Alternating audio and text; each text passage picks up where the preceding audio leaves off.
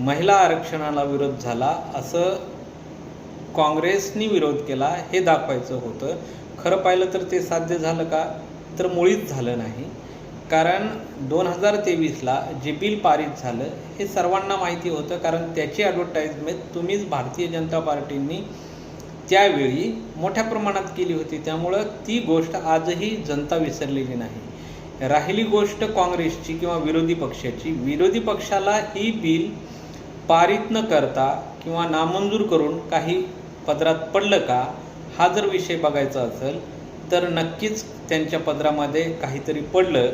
कारण महिला आरक्षणाच्या नावाखाली जे डिलिमिटेशन जे बिल आणलं होतं, म्हणजे लोकसभा मतदार पुनर्रचना हे जे आणलं होतं ते महिला आरक्षण यालाच जोडून आणलं होतं आणि त्यामुळं दक्षिण राज्यावरती त्याचा परिणाम होणार होता आणि तो होऊ दिला नाही. त्यामुळं विरोधी पक्षाला निश्चितच काहीतरी पॉझिटिव्ह असं त्यांच्या पदरातमध्ये पडलं. परंतु या सगळ्यांमध्ये खरं जर याच्यात नुकसान कोणाचं झालेलं असेल तर जनतेचं नुकसान झालेलं आहे.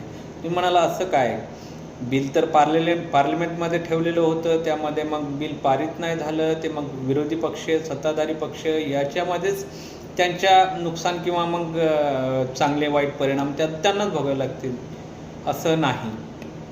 कारण हे जे 3 दिवसाचं अधिवेशन ठेवलं होतं, या 3 दिवसाच्या अधिवेशनला कोट्यावधी रुपये खर्च झालेले आहेत आणि ते खर्च झालेले पैसे जनतेच्या GST असेल किंवा इतर केंद्र शासनाचे जे टॅक्स पे केलेले होते त्या टॅक्स पे केलेल्या पैशामधून हा करोडो रुपयाचा सुराडा ह्या 3 दिवसाच्या आवश्यकता नसलेल्या आणि संसदेचा अमूल्य वेळ वाया घालवणारं हे अधिवेशन झालं.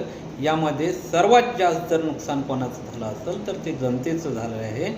कारण या करोडो रुपयामधून कुठंतरी मोठा विकास घडून आला असता किंवा एखादे विकासाचं चांगलं काम झालं असतं, तसं न होता लोकांच्या पैशांचा सुराडा हे 3 दिवसाचं विशेष अधिवेशन बोलून भारतीय जनता पार्टीने लोकांची काय भूलथाप केलेला आहे. म्हणजे लोकांना काय भुरळ घातलेली आहे की हे आम्ही तुमच्यासाठी केले, परंतु लोकांना कळत नाही आहे की हे सगळं जे 3 दिवसाचं अनावश्यक असलेलं अधिवेशन बोलावून त्याचा कुठंही कोणालाही फायदा किंवा तोटा झाला नाही. उलट एक प्रचारासाठी मुद्दा भारतीय जनता पार्टीला भेटला आणि दुसरा मुद्दा काँग्रेसला भेटला किंवा इतर विरोधी पक्षाला भेटला. परंतु यामध्ये सर्वात मोठं नुकसान जनतेचं झालेलं आहे, हे लक्षात ठेवावं. धन्यवाद.